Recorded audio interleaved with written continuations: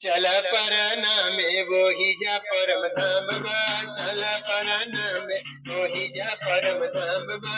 चल परना में, चल परना में वही जा परम धाम बा। चल परना में वही जा परम धाम बा। सब ब्रह्म सृष्टि के,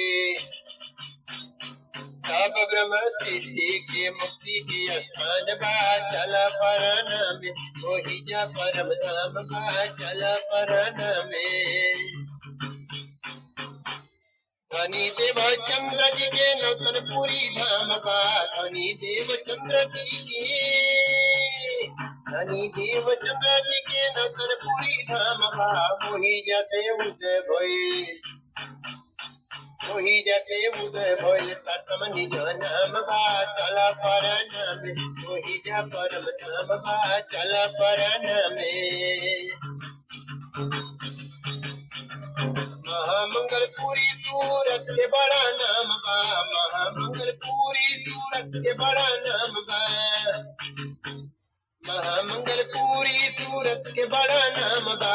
जागनी के शुरू यहीं से अभियान बा।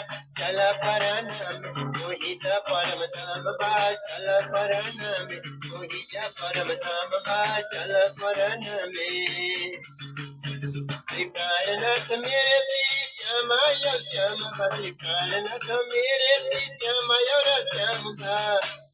परना में पधारे, परना में पधारे चरणों में परम धाम बा। चल परना में वही जा परम धाम बा। चल परना में, सिया जी के पवले के सदन निज नाम बा।